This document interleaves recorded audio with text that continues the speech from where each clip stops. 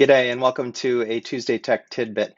What I'm going to do today is take some time to show you how you can organize your Gmail so that your inbox isn't a collection of a gazillion messages that have no kind of order or organization to them.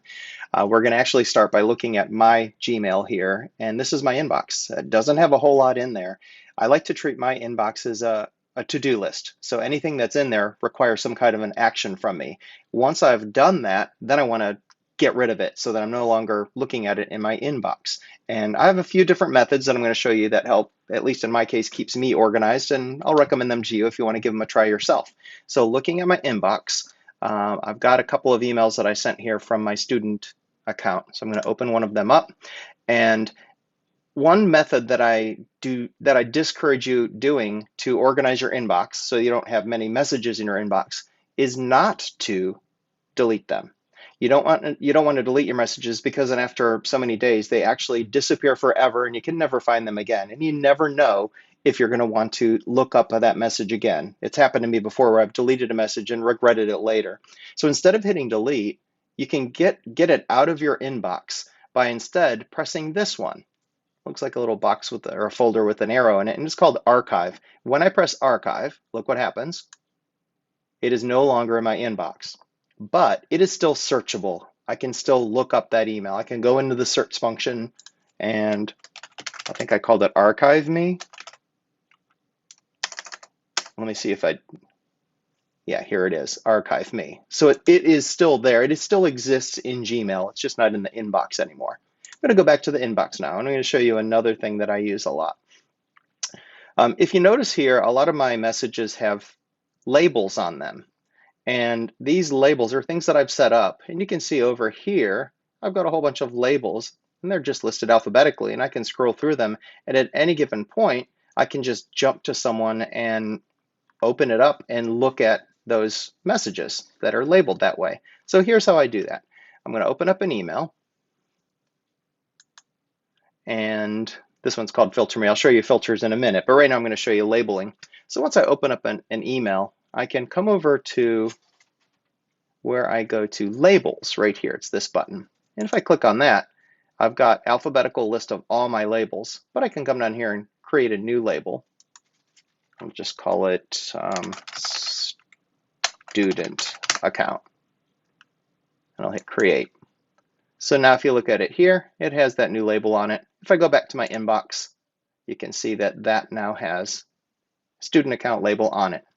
But I'm going to go one step further. Now at that point, I can click on this and click my friendly archive button, and it is gone. But I'm going to leave it there for a second for my next demonstration, and that's filtering.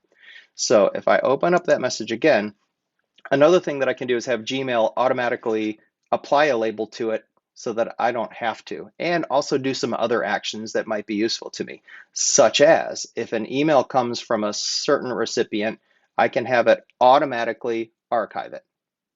So I'll show you that in a minute. That means it automatically goes away from the inbox. I don't see it, but it doesn't delete it, and I can still search for it under the labels. I get a lot of spam messages from different vendors with makerspace stuff, and I just have them automatically go into filtered, labeled, out of the inbox. I never see them, but if I want to search for them, they're there. So in this case, I'm going to come over to the snowman, which is the three dots, click the more button, and I'm going to filter messages like this. So any message that comes from that email address, I can say create a filter. And this is where I can get kind of creative with it. I can apply a label. And I can create a new label at this point, but I've also had a label that I just created called, I think I called it student account or something like that. Let me see. Student account. So I'm going to select that. So anytime, automatically, if I get a message from that email address, it's going to apply that label. Boom. It's going to do it automatically for me. I can also tell it to skip the inbox and archive it. So it's going to just boop, get out of the inbox and never see it, but it's archived. I can search for it by label over here on my labels. I could also mark it as read. And what that does is exactly what it sounds like. It means it's not a bold-face email that looks like it's on read. It's automatically read. And I can come down here and also apply that filter to any conversations that meet those parameters. So I'm going to hit create filter. It's going to take a minute to do that in the background. I'm going to go back to my inbox now. Notice all of those messages are now gone because it applied that rule to it and it archived it, took it out of the inbox. But if I go and search for it down here under labels, I'm just going to run down to student. Where are you? Student account. I can click on the labels. All those messages are still there. While I open up an email here, I'm going to show you if you ever have an email in your inbox that you want. Here, I should do this in the inbox. Give me a second. I'll just jump back into the inbox. If you ever have an email that you've read, like I'll pull up in this one, and you've read this email, but you want it to remain unread, you can always come up here and you can click this button to say mark as unread. So now that message is highlighted in bold. So it's kind of like an alert to me that, hey, even though I did kind of read it, it's important that I reread it. It's almost like my to-do list, like I mentioned before. It means that it requires action. It's kind of important, and I want it to remain bold. I can click on any message, and I can tell it to mark it as unread, and now it's bold-faced and unread.